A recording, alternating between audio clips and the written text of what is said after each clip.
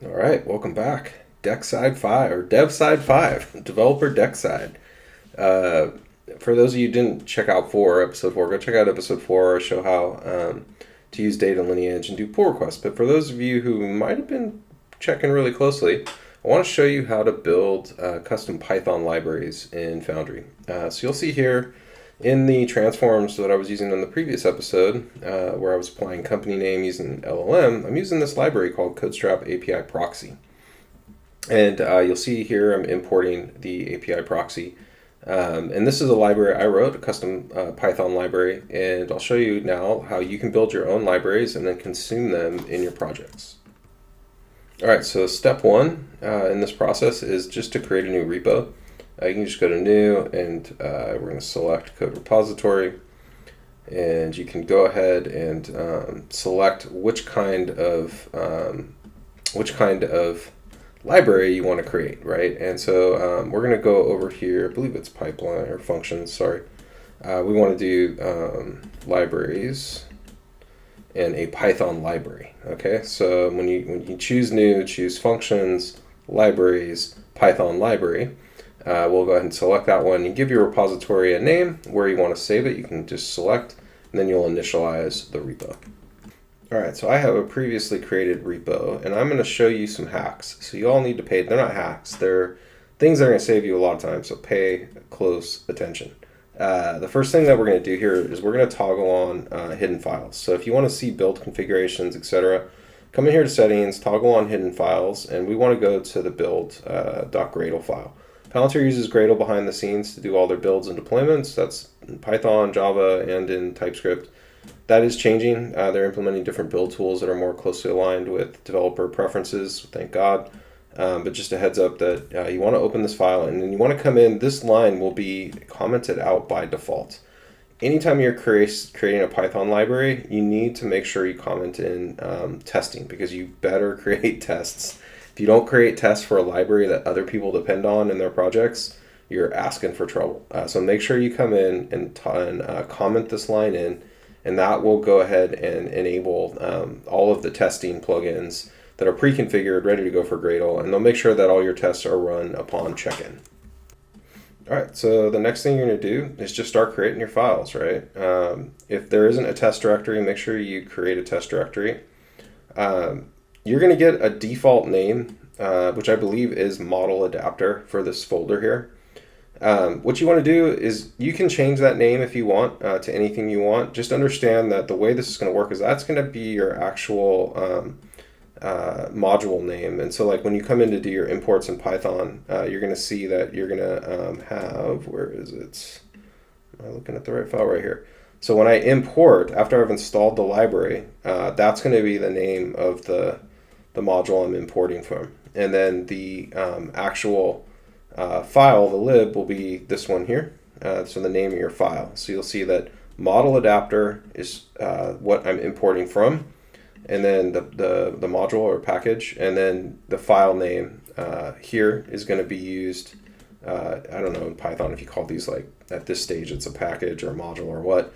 But just understand that those file names transfer over here, both the folder name and the file name, and then you can import your function. Okay. So just a heads up, I'll leave a link to the documentation too that talks about this. So this naming convention does matter. So just make sure that you remember what you named this folder, what your file name is you're trying to import from, and then you can import your function, which you can see I did here. All right, and then next up, just write your code. It's time for the code. All this lib I did proxies GPT Vision and chat requests for GPT-4. And it adds all of the retry behaviors that we saw previously. And it's not using the orchestrators, because I didn't know about the orchestrators when I created this. This is just using straight up retries with tenacity and the GPT-4 model. So that's it, just write your code, and then you're going to write your tests. All right, so the last thing I did was write my test. If you're into test-driven design, you probably write your test first. I am actually an advocate of test-driven design and development. It's actually pretty cool with code generation today too. Like using LLMs to generate code from a test you've already written that proves out the interface you want to see is probably a better approach than asking the LLM to generate from code, or from a description generate the code and then the test. But we'll see. I'll mess around with that idea as I develop XReason, because the next thing I'm going to demo with XReason is Cody, which is going to generate code for you. So we'll see if that test-driven design approach works. In any case, I wrote my test. I'm using Magic Mock and PyTest. I go ahead and load a mock for this GPT language model because I don't want it sending requests when I'm running my tests. And so I set up my mocks to get my mock values returned. I'm also setting up just system and user prompts to pass as parameters. And then I pass my mock model, which you can see passed in here. And then I go ahead and just run my asserts and we're good to go. And you can just click this test button to run your tests, and it will go ahead and kick off an execution of PySpark, and you can see my test pass. And so with that, I'm pretty much good to go. I can go ahead and release this library. What I'm going to go, you can either select tag version, or you can go to branches, and you can go to tags and releases and select new tag. If we select a tag, you've got semantic versioning. If you're a developer, you know what that means. You select the version you want to release or enter a custom version number, hit tag and release, and you're good to go. When it's done, you'll see this released. If it fails, it'll tell you it failed, but hopefully your build succeeds. And now you're ready to install this library in a project, and I'll show you how to do that next. All right, so in order to use your library that you have published, first thing you want to do is come into libraries, and you're going to click this button, add. And what you're going to do is you're going to navigate to where your library is. And so I'm going to go ahead here and select, this is, or actually it's not showing my library because I've already added it, but if it was there, you would go ahead and just select your library, and what you're going to see in the end is that repo being added here. Okay, so that's going to make it eligible to install the lib. Then you can come over to code, and you can search for your library. So for example, you're going to go ahead and see I already have this installed, but if it wasn't installed, you would see the install button. You could go ahead and add it. And then over here, you can see which versions of the library are installed, and you can select which versions you want for run and test, and you're off and running. Okay. And then again, you can see where I use my library here to make my calls to GPT, and look how much easier that is, right? So much easier. I don't have to have all this other crap I got to remember to import and blah, blah, blah, blah. I just call GPT.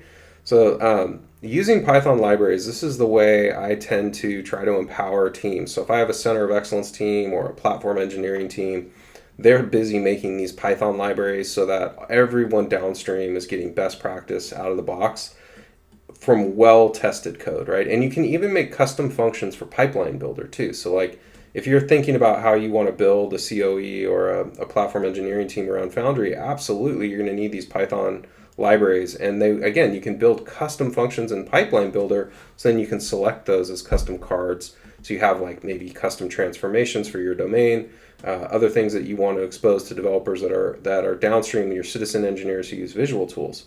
So leveraging these libraries, and don't worry, we'll get into if you're a front-end developer, you're not left out. There are TypeScript repositories, and you can make TypeScript libraries too. I'll show you how to do that.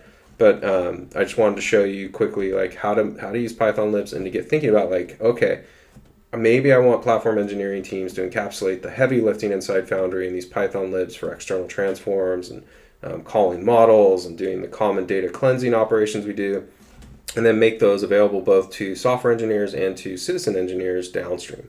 So I hope you enjoyed this episode. I hope you learned a ton, and I will see you next time.